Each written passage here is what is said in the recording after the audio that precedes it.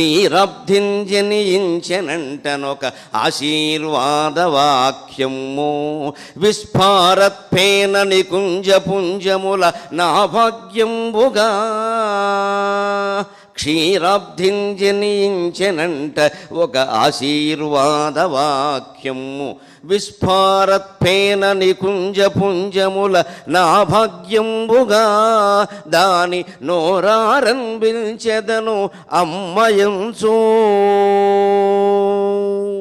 క్షీరబ్ధిం జనించెనంటనొక ఆశీర్వాదవాక్యము విస్ఫారత్ఫేన నికుంజపుంజముల నా భాగ్యంబుగా దాని నోరారంభించెదనమ్మయంచు దాని నోరారంభించెదనమ్మయంచు కవితా హయ్యంగవీనమ్మును ఆ క్షీరద్వాదశి నాకు సంగెను కవితా హయ్యంగవీనమ్మును ఆ క్షీరద్వాదశి నాకు సంగెను హరిశ్రీ దృక్ప్రసాదంబుగన్ ఆ క్షీరద్వాదశి నాకు సంగెను హరిశ్రీ దృక్ప్రసాదంబుగన్.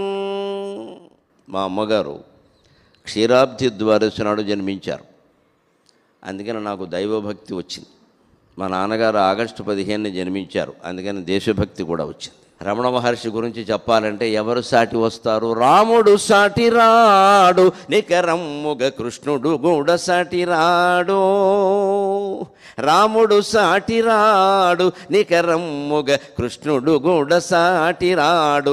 ఈ ముని కన్నులందు కనిపించడి వెలుగు కణమ్ములందు సౌదామని ఓలెతోచు వసుధాతలమంత రాముడు సాటి రాడు, నికరమ్ముగ కృష్ణుడు కూడా సాటి రాడు.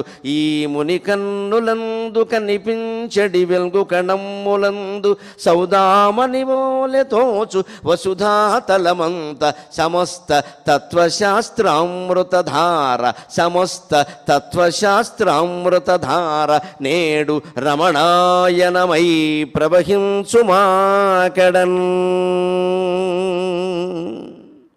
సమస్త తత్వశాస్త్రామృతధార నేడు రమణాయనమై ప్రవహించుమాకడన్. రాముడు కృష్ణుడు కూడా రమణ మహర్షితో సాటి రారు అని నేను ఎందుకంటున్నాను అంటే, త్రేతాయుగంలోనూ ధర్మస్థాపన చేయడానికి రాముడికి, ద్వాపర యుగంలో ధర్మ సంస్థాపన చేయడానికి కృష్ణుడికి చాలా కాలం పట్టింది. చాలా శ్రమపడ్డారు.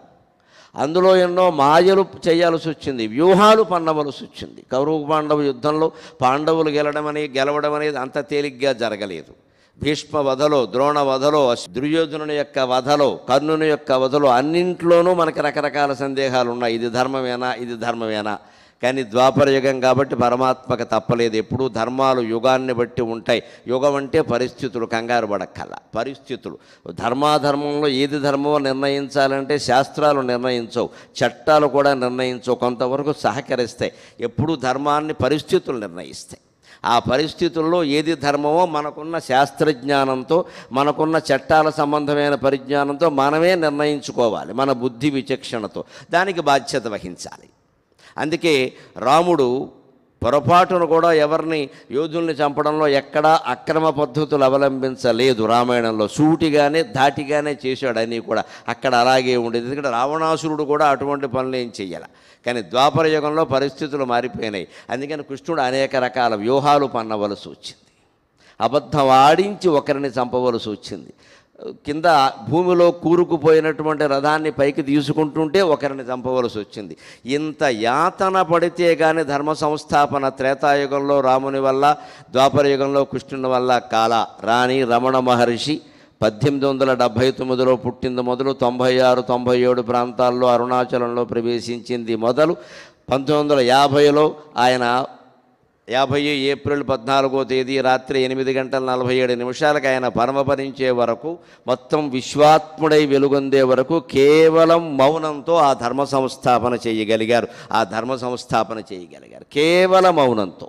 ఎంత వారిని ఎవరిని సంస్కరించాలన్నా నీ మౌనమే దానికి సమాధానం. నువ్వు మౌనంతో నువ్వు చేసే ధ్యానం చేస్తూ ఉంటే జ్ఞాని అయిన వాడు ఉన్న చోట ఒక తేజస్సు పుడుతుంది. ఆ తేజస్సు సంస్కరిస్తుంది. అంతగా సంస్కరింపబడకపోతే వారి కర్మ, వారు ఇంకా ఏదో అనుభవించాల్సింది ఉందన్నమాట, ప్రారబ్ధ కర్మ. అది తప్పదు కదా.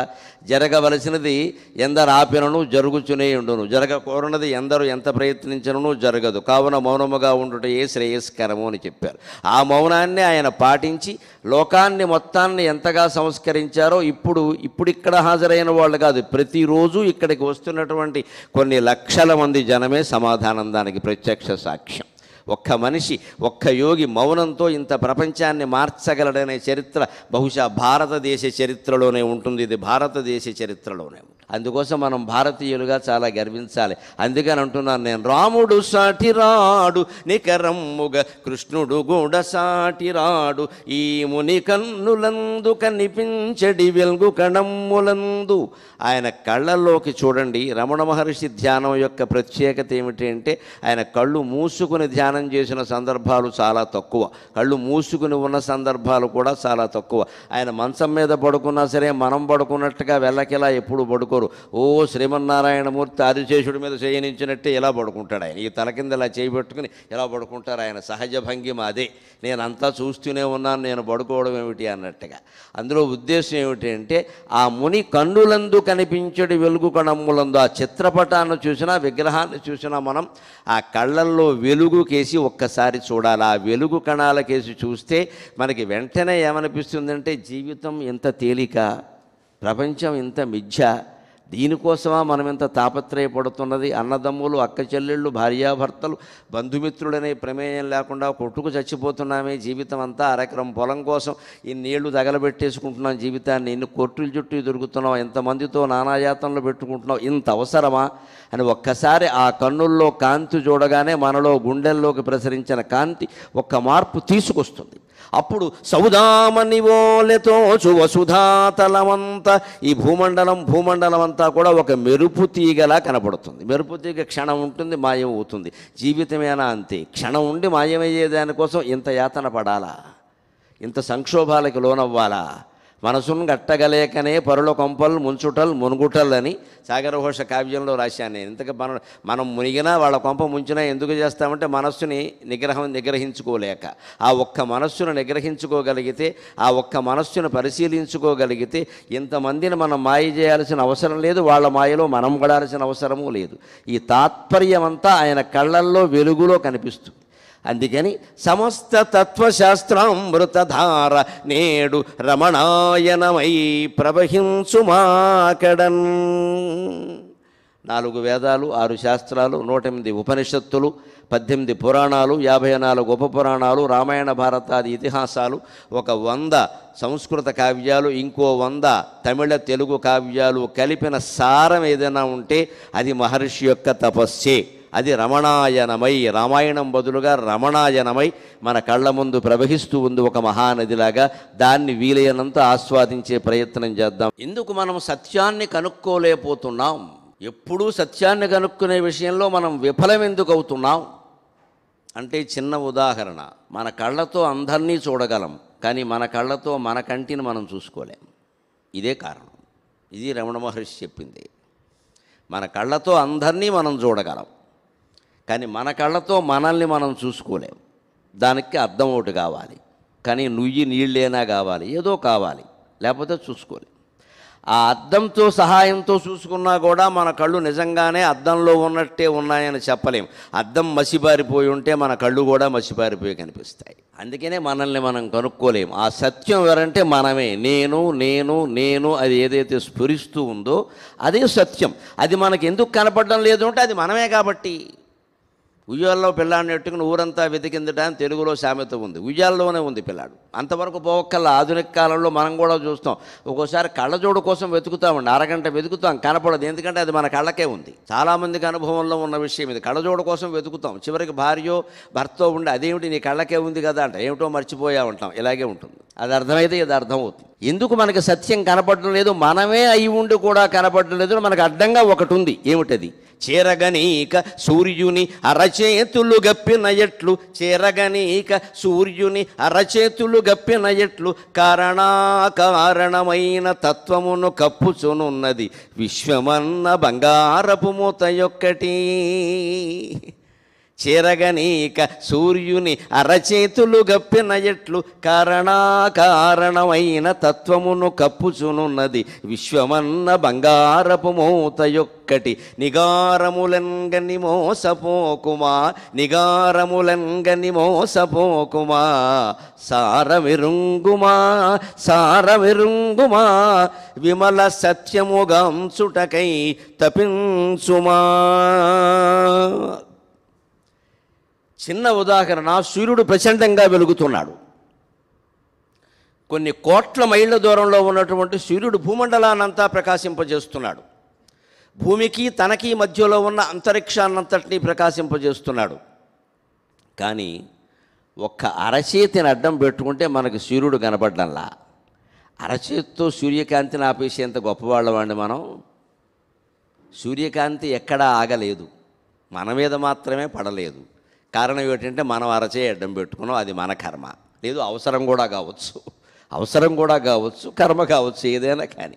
అంటే మన వరకు ఎంత జ్ఞానమైనా మనకి సోకకుండా మనం చేసుకోగలం, మనం మహానుభావులం. అందుకే తెలుగులో మానవుల్ని దేవాంతకులు అంటారు. దేవుణ్ణి సైతం వేసేస్తారు వీళ్ళు, దేవాంతకులం. శుభ్రంగా ఒక మహర్షి, రమణ మహర్షి లాంటి వాడు పుట్టి జీవితం అంతా తొడ చర్మం నేలకు అతుక్కుపోయేలాగా పాతాళ గుహలో శివలింగం దగ్గర కూర్చుని అక్కడ కీటకాలు క్రిములు ఎన్ని కరిచేస్తున్నా సరే రోజుల తరబడి నెలల తరబడి కరవకుండా తపస్సు చేసి మహాజ్ఞానాన్ని మనకు ధారపోస్తే అదంతా వదిలేసి మనం కొండ చుట్టూ తిరిగి మనవరాలకి వెళ్ళే వాళ్ళని మొక్కుకుంటాం. ఇంతకంటే అజ్ఞానం ఇంకోటి లేదు. నీ మనవరాలు పెళ్లి కోసం ఆయన తపస్సు చేయలే. ఇక్కడ ఇది అర్థమైతే చాలా అర్థం అవుతాయి. మనకి ఎందుకు సత్యం కనపడదు అంటే కనపడనీయకుండా మనమే చేసుకుంటున్నాం. సత్యాన్ని కూడా కనపడనీయకుండా చేసేంత గొప్పవాళ్ళమంటే గొప్పవాళ్ళవే. సత్యం కనపడకపోవడం కాదు, నీకు కనపడడం లేదు. తరగతిలో అందరికీ పాఠం అర్థమైంది. 30 మంది విద్యార్థుల్లో ఒక 5-6గురికి అర్థం కావలేదంటే వాళ్ళ లోపమా, ఉపాధ్యాయుల లోపమా? ఉపాధ్యాయుల లోపం అయితే ఎవరికీ అర్థం కావద్దు.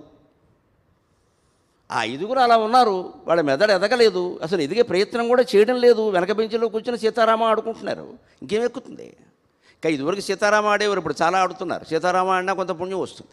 మరి వాళ్ళెవరో వెనకాల బల్ల మీద కూర్చుని వాళ్ళ పేకాట్ల వాళ్ళు ఆడుకోవడానికి ఉపాధ్యాయుడు కారణమా, వాళ్ళు కారణమా? అంటే మనకి సూర్యకాంతి కనపడకపోవడానికి మన అరచేయి కారణం. మన అరచేయి ఎంత గొప్పది అంటే సూర్యుని కప్పేసి ఎంత గొప్పదే, కానీ ఎంతవరకు మనకు కనపడనీయకుండా కప్పుతుంది, ప్రపంచానికి కనపడనీయకుండా కాదు. చెరగనీక సూర్యుని అరచేతులు గప్పిన ఎట్లు కారణమైన తత్వమును కప్పుచునున్నది విశ్వమన్న బంగారపు మూత యొక్కటి. సూర్యకాంతి ముందు ఈ అరచేతి పరిమాణం ఎంతో, భగవత్ చైతన్యం ముందు ఈ జగత్తు అంతే. ఇది అరచేయి మించింది కాదు. ఇది భగవంతుని యొక్క చైతన్యం అనంతంగా వ్యాపించి ఉంది. అతల వితల సుతల తలాతల మహాతల రసాతల పాతాళాది అధోలోకాలు, భూలోక భువర్లోక సువర్లోక మహర్లోక జనలోక తపోలోక సత్యలోకాది ఊర్ధ్వలోకాలు కలిపితే ఒక బ్రహ్మాండం. ఇలాంటివి అనంతకోటి బ్రహ్మాండాలు ఉన్నాయి. లలితా సహస్రంలో చదువుకున్నాం మనం. అనేక కోటి బ్రహ్మాండ జననీ దివ్య విగ్రహ ఆదిశక్తి రమేయాత్మ పరమాపావనాకృతికి అనేక కోటి బ్రహ్మాండ జనని. ఈ 14 లోకాలు కలిపితే ఒక బ్రహ్మాండం. ఈ బ్రహ్మాండానికి ఒక బ్రహ్మ, ఒక విష్ణువు, ఒక రుద్రుడు ఉంటారు.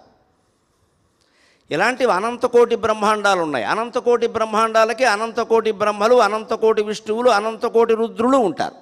వీళ్ళందరికీ అధినాయకులు ఎవరయ్యా అంటే ఆదిశక్తి రమేయాత్మ లలిత పరాభట్టారిక. ఒక శక్తి, ఎనర్జీ. అది ఎనర్జీ, ఇట్స్ ఎనర్జీ. దానికి రూపం లేదు. శక్తికి రూపం ఉండదు, విద్యుత్ శక్తికి రూపం లేదు. కానీ ఇక్కడ ఈ బల్బులు వెలగడానికి, ఈ మైకు పనిచేయడానికి, నా మాటలు మీకు చేరడానికి, ఈవేళ ప్రత్యక్ష ప్రసారం రూపంలో కొన్ని లక్షల మందికి చేరడానికి విద్యుత్ శక్తే కారణం. అది ఉందా లేదా? ఇక్కడ వైరు ఇలా ఉంది, ఈ వైరులో విద్యుత్ శక్తి ఉందా అంటే కనపడదు. వైరు కోసి వేలు పెడితే బాగా తెలుస్తుంది. ఇక మనం కనపడం, ఒక్క దెబ్బతో తేలిపోతుంది. ఇక మనం కనపడం, చెప్పడానికి కూడా ఉండం ఇక్కడ. మరి విద్యుత్ శక్తి లేకపోతే ఈ పని ఎలా జరుగుతోంది?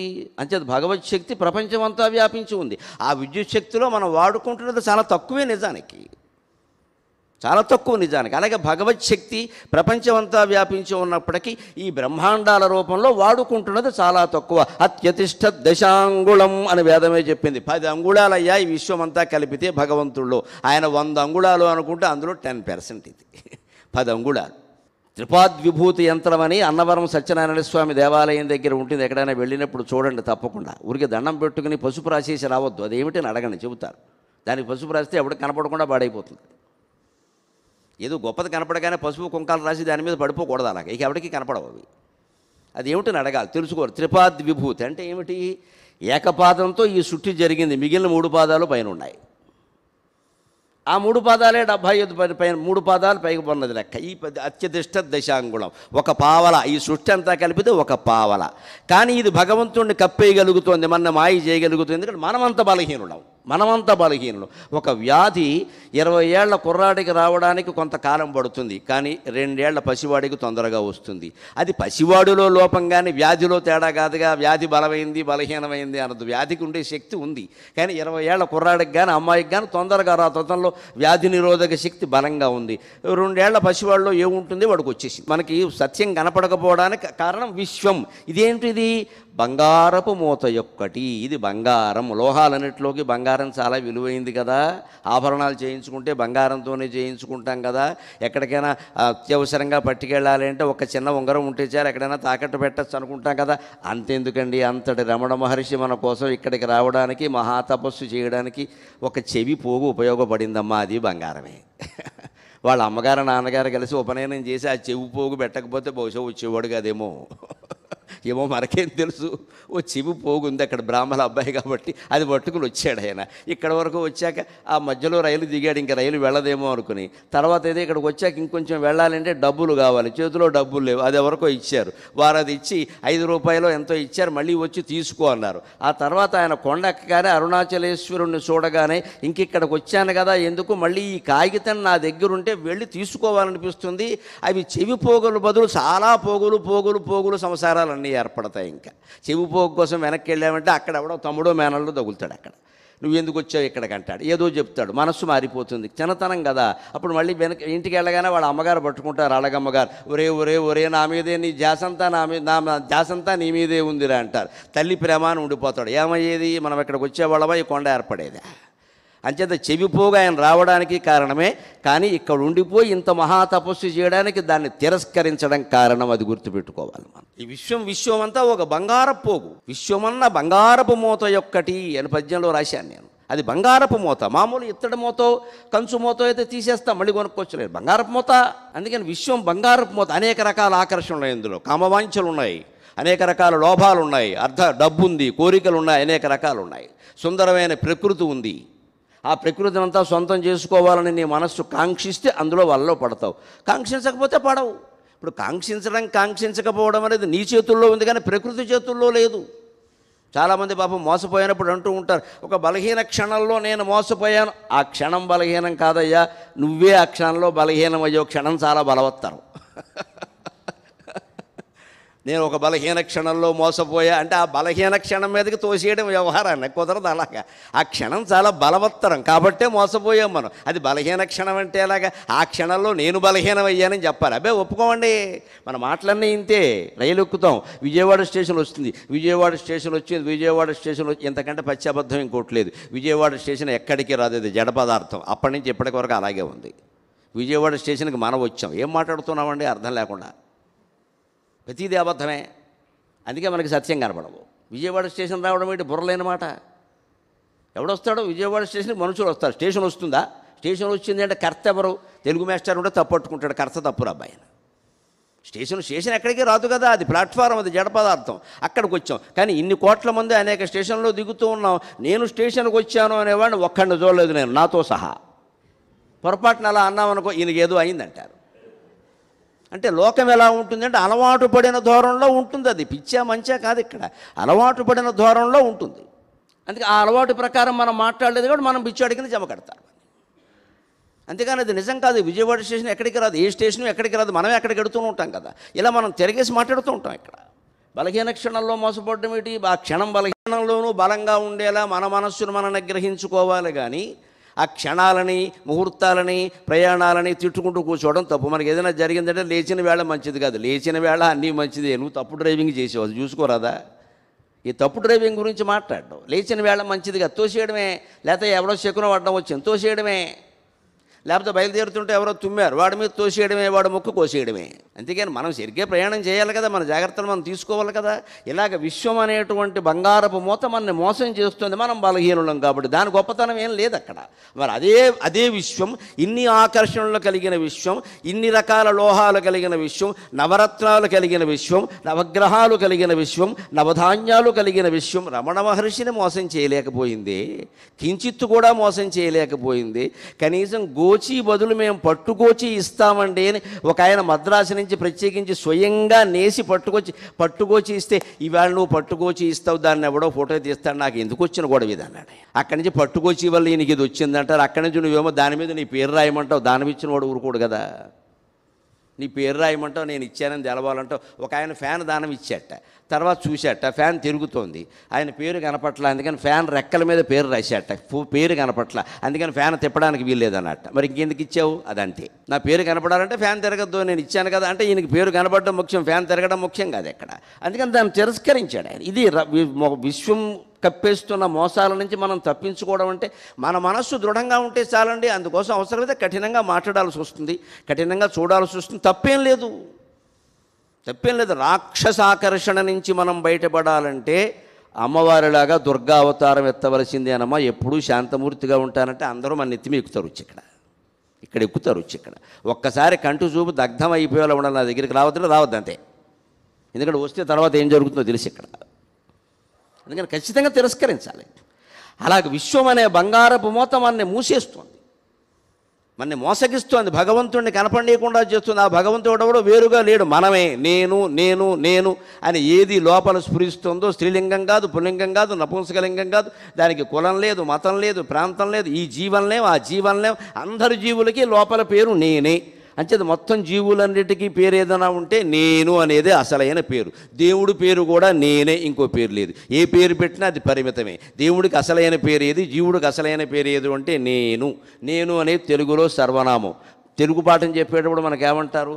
నామవాచకానికి బదులుగా వాడేబడితే సర్వనామం అంటారు. ఇప్పుడు వేదాంతంలో ఏమర్థమైంది? నేను అనే సర్వనామానికి బదులుగా గరికపాటి నరసింహరావుని వాడుతున్నాం.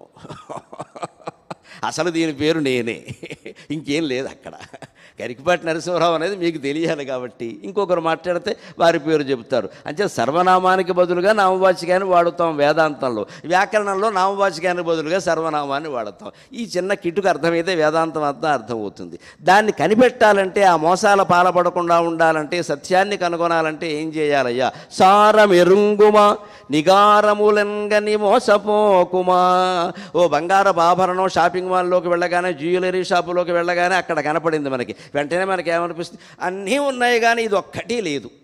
ఇప్పుడు కొంపలు అంటుకుపోయి ఇది ఒక్కటి లేకపోతే, ఈ మోడల్ లేదు, అది ఆ మోడల్లో డల్ కూడా ఉంది, మనం గ్రహించాలి. ఆ మోడల్ వేగానే మళ్ళీ డల్ అవుతాం, ఎందుకంటే కొత్త మోడల్ వస్తుంది, అందులో కూడా డల్ ఉంది. ప్రతి మోడల్లో డల్ ఉంది. ఈ మోడల్స్ అన్నీ వదిలేస్తే మనం డల్ కాకుండా ఉంటాం. వెంటనే దానికోసం అప్పు చేస్తాం. పైగా ఇవాళ కర్మ ఏమిటంటే ఏమీ ఎవరి దగ్గర బయట అప్పు చేయక్కల, అన్నీ ఈఎంఐలే. పైగా మనకి వెంటనే నీకు ఈ కాంక్ష పుట్టగానే ఆ షాపు వాడు ఎవడికో సందేశం పంపిస్తాడు, వాడు మనకు యాప్ పంపిస్తాడు, ఊపని, నీకు డబ్బులు ఇస్తాను తీసుకో, నువ్వు నాశనం అయిపో. నీకు డబ్బులు ఇస్తాను తీసుకో, నువ్వు నాశనం అయిపో. ముందు సంపద, తర్వాత సంతాపం. అందుకని వెంటనే తీసుకుంటాం మనం. ₹1,00,000 అయినా ఇప్పుడు 10,000 ఇస్తే చాలు. 90,000 ఎవరిస్తారు? మీ ఆడపడుచా, మీ మరదలా, నువ్వే ఇయ్యాలమ్మా. 90,000 ఎవరిస్తారు? అక్కడి నుంచి దానికి ఈఎంఐ పడుతుంది, నెలకో 10,000 ఇదోడు చేరింది ఇక్కడ, అదో బరువు అయింది ఇక్కడ. ఇదే నిగారములను కానీ మోసపోకుమా. ఆ నగ కనపడగానే ఇంతకంటే గొప్పవేవో నాకు ఉన్నాయి కదా, అయినా నాకు వాటి గురించిన స్తోమత లేదు కదా, అయినా నగలను బట్టి మనుషులు గౌరవిస్తారా? పైగా నగలుంటే ప్రమాదం, పట్టుకెళ్ళిపోతారు కూడా ఎవరైనా. ఏ నగలు లేకపోతే సుఖంగా ఉంటాం.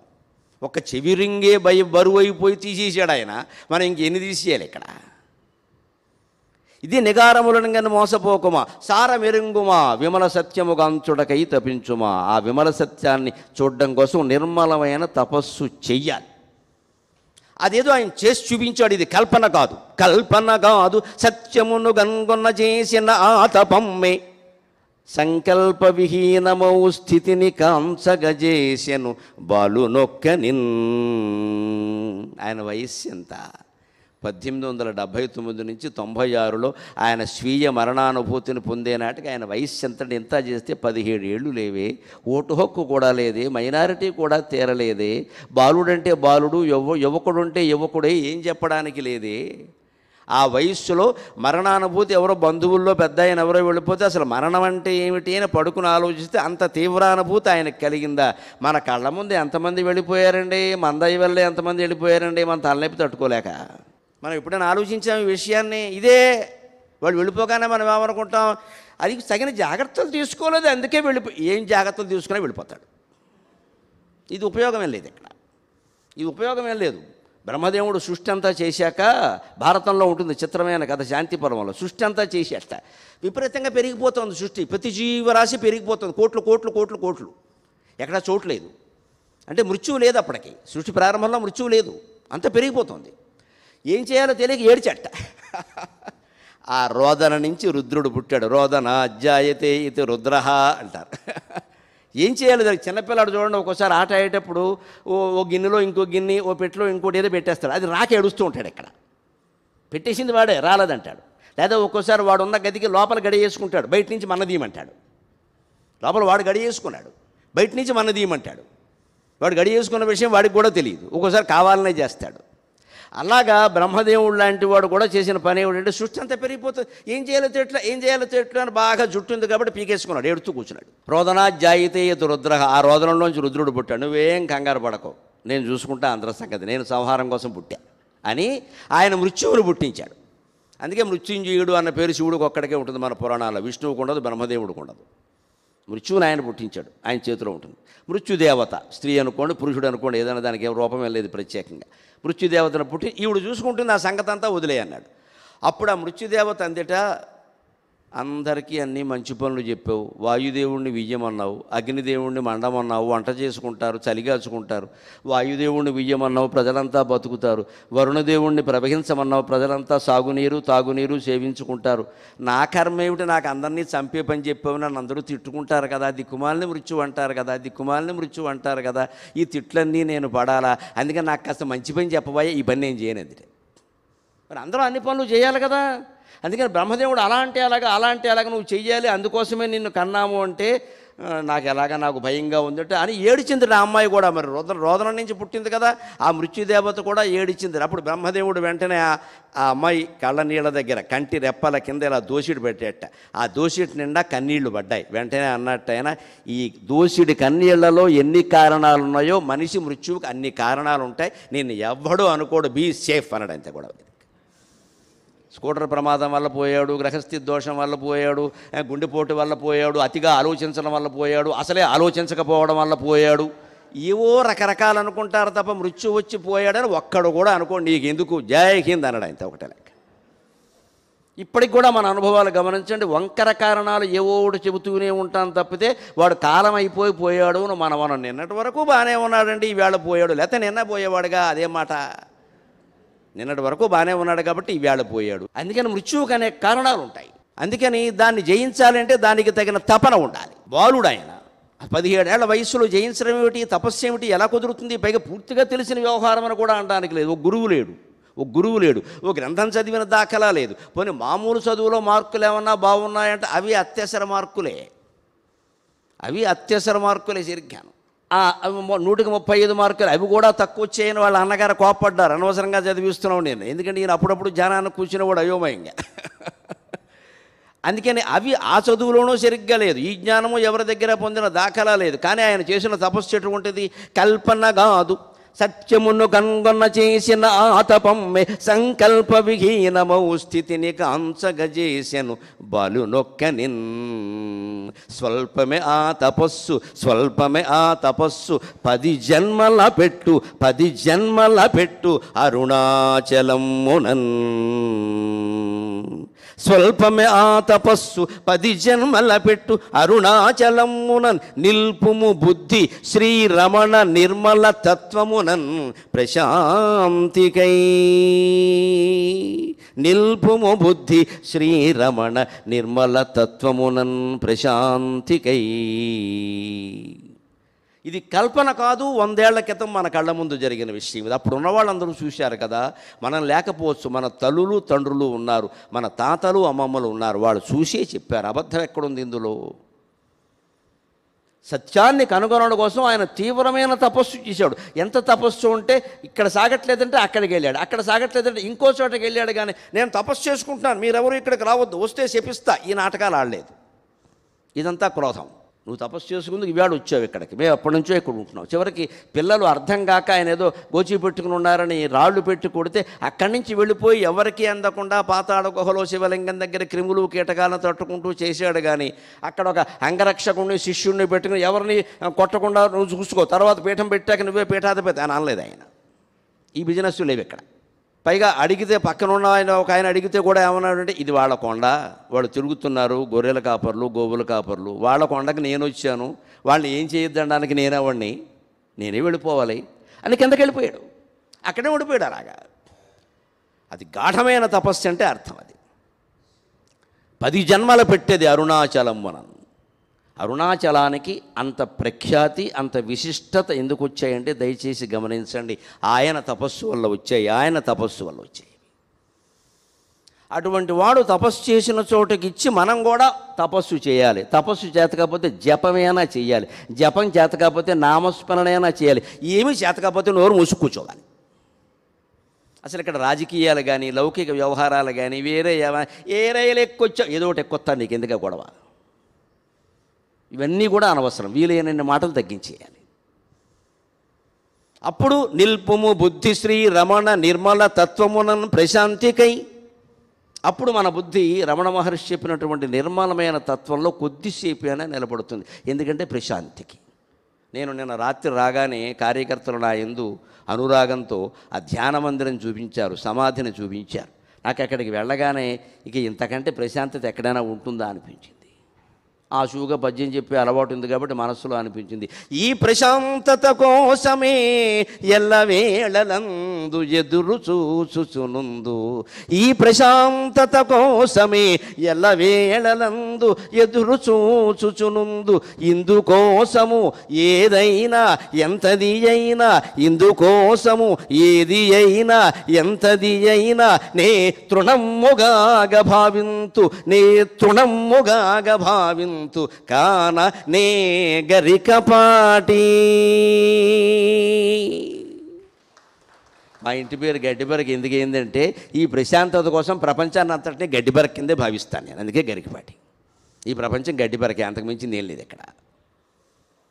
తీసే దాని గురించి అంత ఆలోచించాల్సిన పని లేదు. సుఖము లేదు, దుఃఖము లేదు, రెండూ మిథ్యే. రెండు శబ్దాలు గమనించినా అర్థమవుతుంది సంస్కృత భాష గొప్పతనం మీద. సుఖం దుఃఖం రెండిట్లో ఉన్నది ఖం.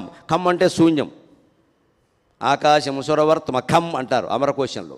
గగనం ఆకాశము సురవర్త్మఖం, గగనము ఆకాశము సురవర్త్మ దేవతల మార్గము ఖం, ఇవన్నిటికీ ఆకాశం అని పేరు. ఖం అంటే అర్థం ఆకాశం అంటే, ఆకాశం అంటే శూన్యం.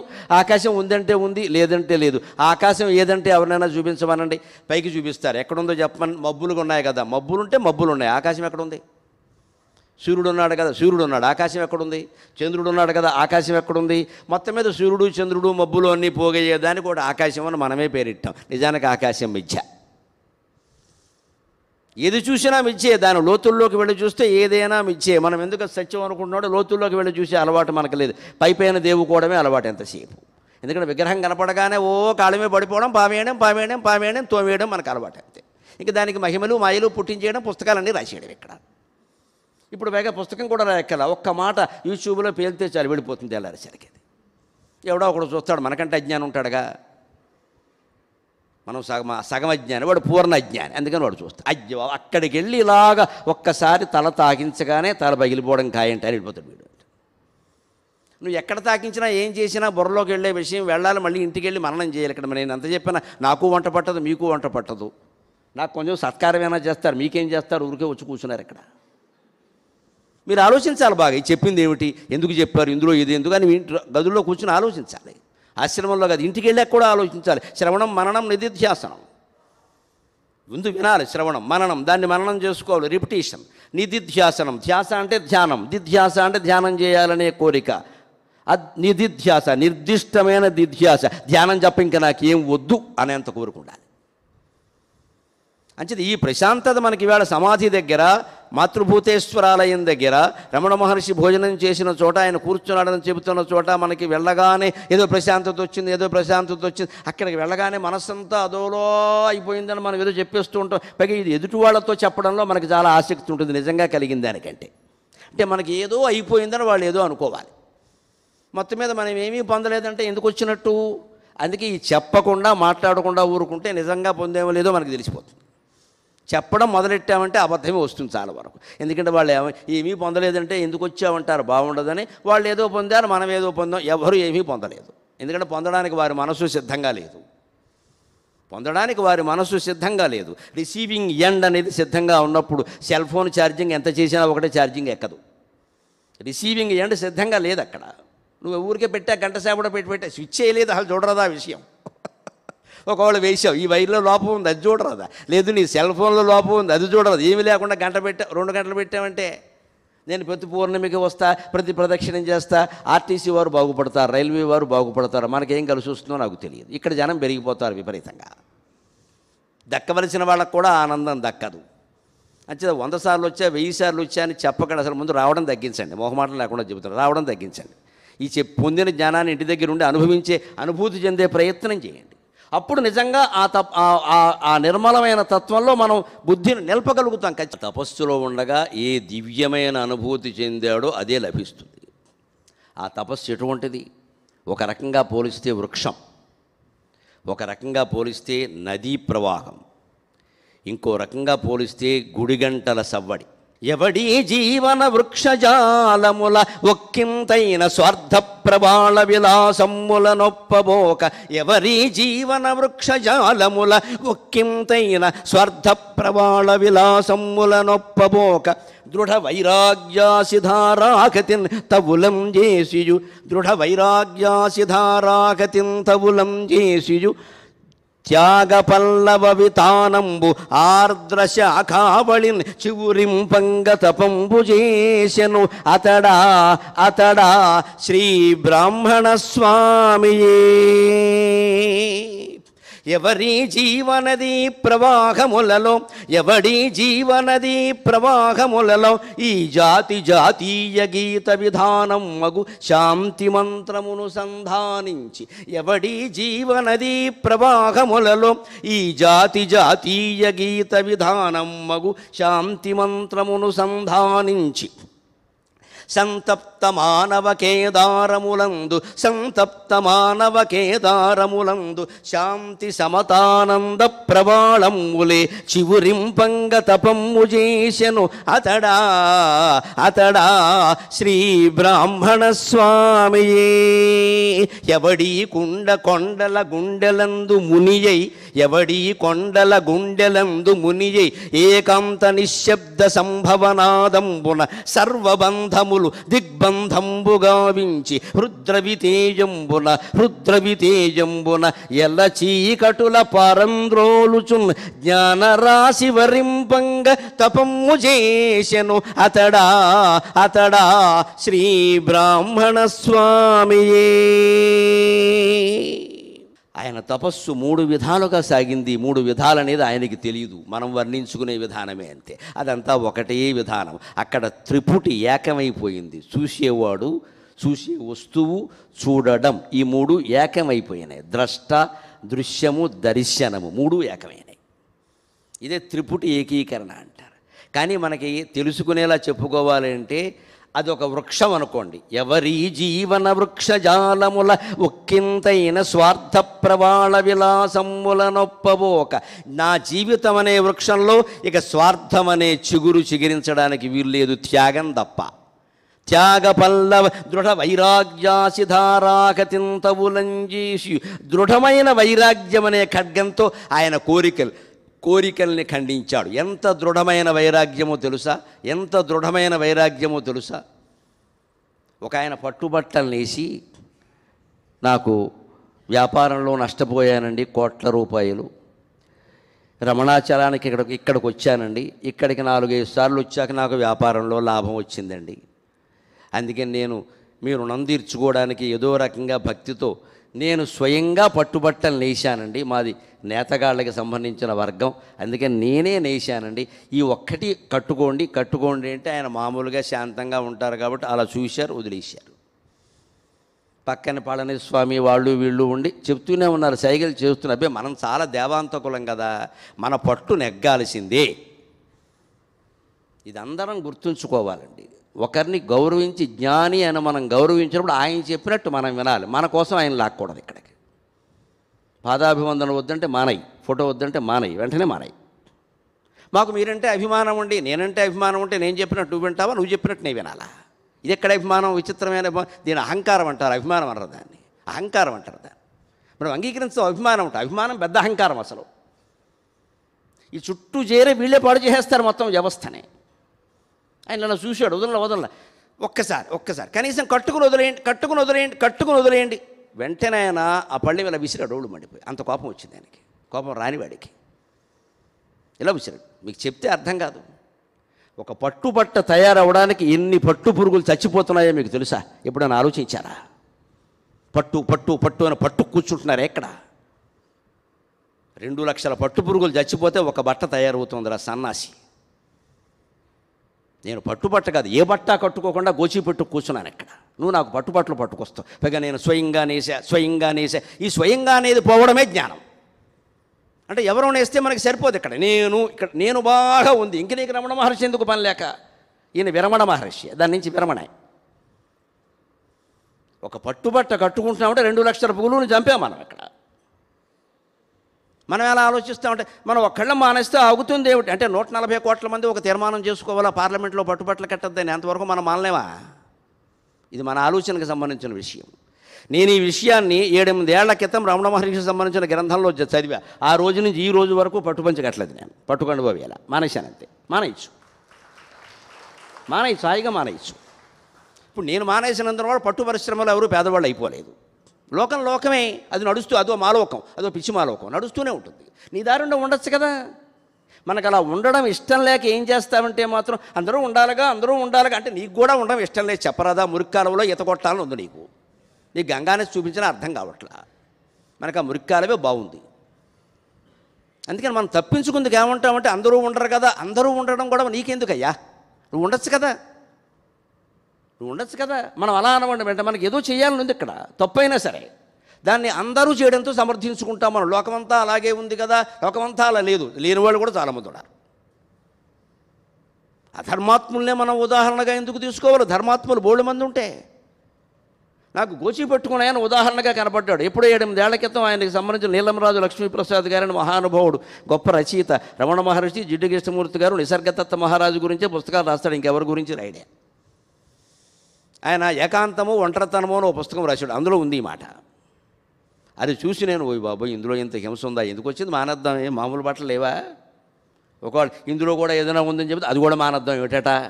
కొంపలు అంటుకున్నాయి. అది మన నిర్ణయం అండి. దృఢ వైరాగ్యం అంటే ఇదేనమ్మా. ఖచ్చితంగా కాదు అని చెప్పగలగాలి. ఈవేళ మన వాళ్ళకి, ముఖ్యంగా తెలుగు వాళ్ళకున్న పెద్ద బలహీనత, దీన్ని కాదని అనలేము మనం. ఏమిటో అడిగితే కాదని లేకపోయా, ఖచ్చితంగా కాదని చెప్పాలి. మన వల్ల కాని పనులు మన నెత్తి మీద పెట్టుకోకూడదు. ఉపకారం అయినా సరే, ఇక అపకారం సంగతి చెప్పక్కల. ఉపకారం అయినా సరే మన వల్ల కాదు. మనకి ఇప్పటికే పనులు భారం చాలా ఉంది. ఇంట్లో పని, ఉద్యోగం పని, ఇంకెంతమందికి ఎన్ని చేస్తామండి?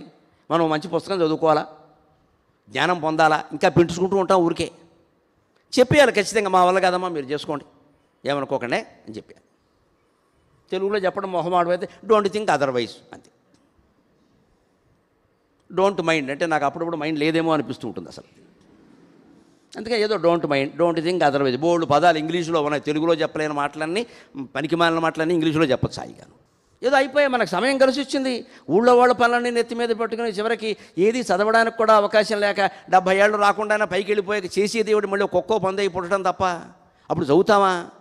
దృఢ వైరాగ్యం అంటే ఇదే. మనకు ఉన్న వైరాగ్యాన్ని మనం ప్రకటించాలి. నేను ఒప్పుకోను అని గుడ్లు ఎర్ర చేస్తే వాళ్ళు పక్క వెళ్ళిపోతారు.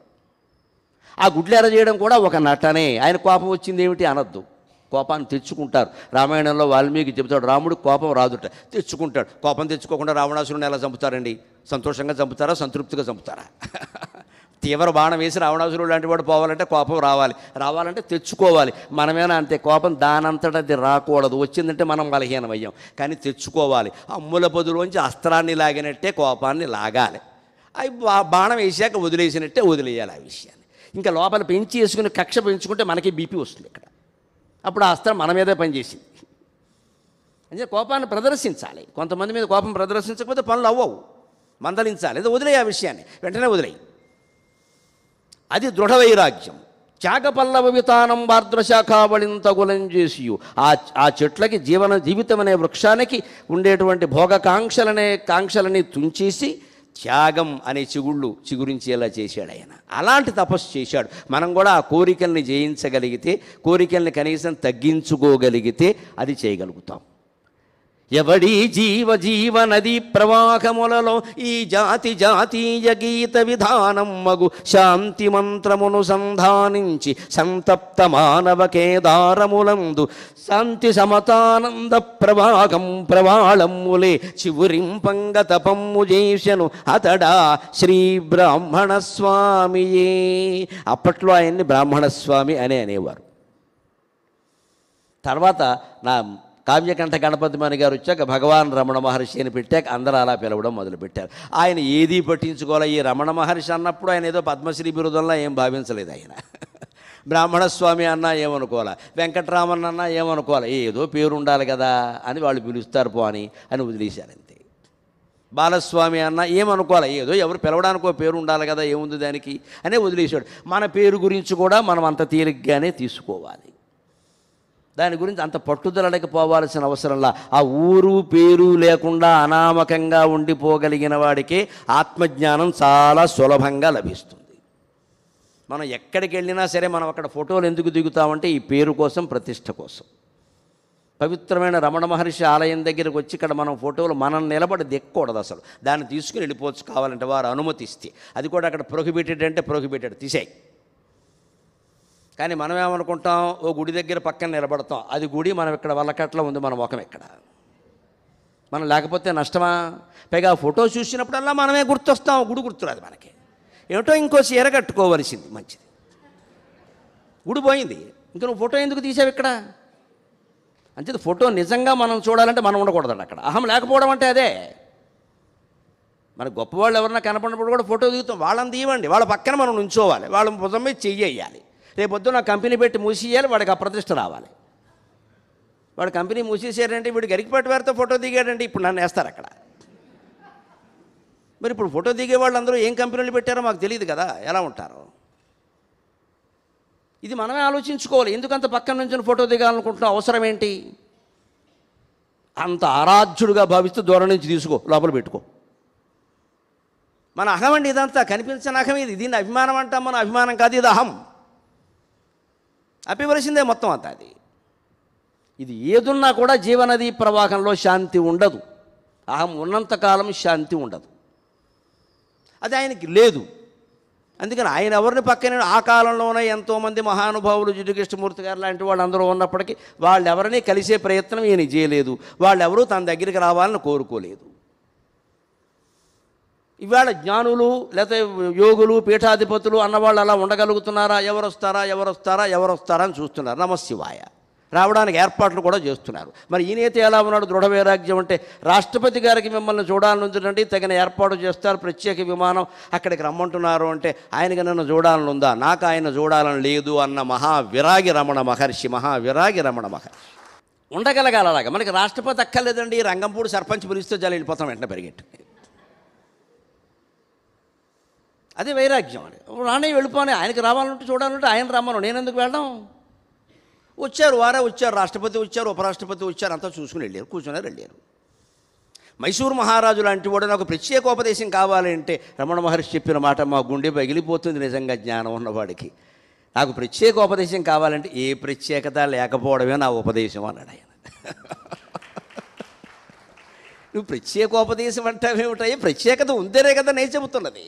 అందుకే మనం దేవాంతకులం అండి, మహానుభావులను మార్చేస్తాం.